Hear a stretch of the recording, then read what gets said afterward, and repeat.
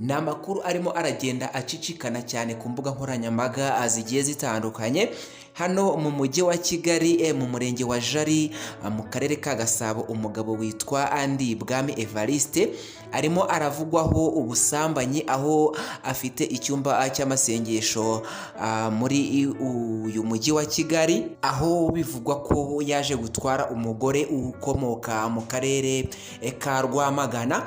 Si kuvugwa ahubwo ibingibi ni inkuru y'impamo, kubera ko ubu ngubu bafashwe n'inzego z'umutekano bafunzwe. Iki cyumba cy'amasengesho cy'uyu mugabo rero kikaba cyabarizwaga ahitwa kuri Nationali mu murenge wa Kimisagara hano mu mujyi wa Kigali. Uyu mugabo kugira ngo aze kuba yafatwa n'uyu mugore byagenze bite, yafashwa ate, ese amakuru yatanzwe nande? Ibi akaba ari byo tugiye kuba twabonera muri iyi nkuru ya none. Uyu mudamu ukomoka mu karere ka Rwamagana yaje gusengera muri iki cyumba cy'uyu mugabo witwa Evariste Ndibwami hano mu mujyi wa Kigali. Uyu mudamu rero ngo akaba yararangiwe n'abadamu bagenzi be iki cyumba aho giherereye, nawe birangira aje kuba yaza kugisengeramo.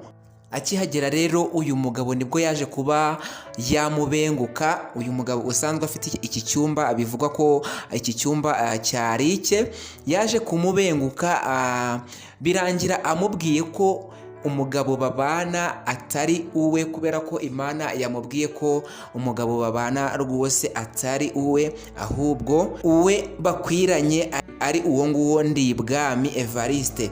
Uyu mugore rero yaje kwiyumvira bitewe n'uko ibi byose yari abibwiwe n'umukozi w'Imana, birangira afashe umwanzuro ko agiye kubana n'uyu umugabo we w'isezerano. Birangira amwanze, aho yaje gusubira mu karere ka Rwamagana, aragenda yiba umugabo we amafaranga ageze kuri miliyoni 2, agaruka mu mujyi wa Kigali aho yaje gukodesha.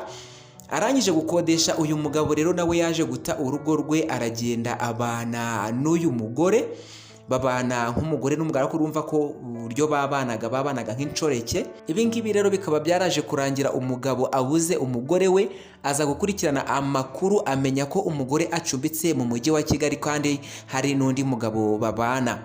Uyu mugore mu guta urugo rwe akaza gucumbika mu mujyi wa Kigali, aho yari amaze kwiba umugabo we miliyoni zigeze muri 2. Bivuga ko bari bamaranye ibyumweru bigeze muri 3. Urumva ko isi irashaje kabisa, isi irashaje rwose. Ni ibintu bibabaje ndetse binateye agahinda, isi irashaje.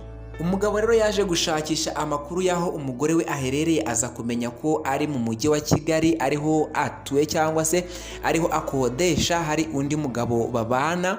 Aribwo yaje kuba yakwiyambaza inzego zishinzwe umutekano, harimo polisi ndetse na RIB, aho baje kujya gushaka aba bantu aho basengeraga. Bahageze basanga koko barimo, baje gukingaho kugira ngo batirukanka, barabareka barabararira buracya. Nibwo bwakeye baza kuba babafata bajya kubafunga.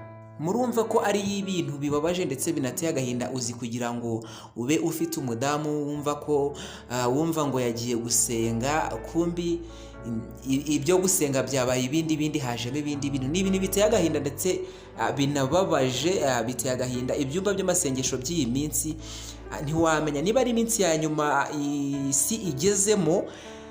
Ibi ni ibintu bibabaje ndetse binateye agahinda rwose, kumva ibintu nk'ibi ngibi biba ku bantu b'abanyamasengesho basanzwe basenga. Ariko hari andi makuru nanone twaje kuba twakurura kuri uyu mugabo. Bivugwa ko gusenga kwe byari ibya kera, muri iyi minsi yarasigaye yaraguye, yari yarabaye umwesikoro, aho yatekeraga abantu imitwe, cyane cyane abantu b'abadamu. Urumva niba yabaga ari kumwe n'abadamu, nawe urabyumva nyine ko ari ibintu biteye agahinda binababaje. Uyu mugabo rero ngo yari yaraguye, ntabwo yari agisenga, ahubwo yatekaga imitwe muri ubu buryo bwo kugaragaza ko afite icyumba cy'amasengesho. Cyane cyane iki cyumba cyitabirwaga n'abadamu ndetse n'abakobwa, aho yagendaga abakorera ibintu bitumvikana cyane. Ni ibintu bibabaje cyane. Ubu rero uyu mugabo akaba yaje kuba yatabwa muri yombi ndetse n'uyu mugore murimo murabibona kuri screen zanyu, batawe muri yombi aho bagiye kuba baryozwa ibyo bakoze, cyane cyane ko uyu mugore yaje kwiba amafaranga umugabo we akaza kuyazanira uyu mugabo bari basanzwe babana. Bari basanzwe bari kumwe hano muri uyu mujyi wa Kigali babana ndetse babana nk'inshoreke. Yes, ndabakunda cyane, kora subscribe kugira ngo ujye ubona amakuru yacu ku gihe.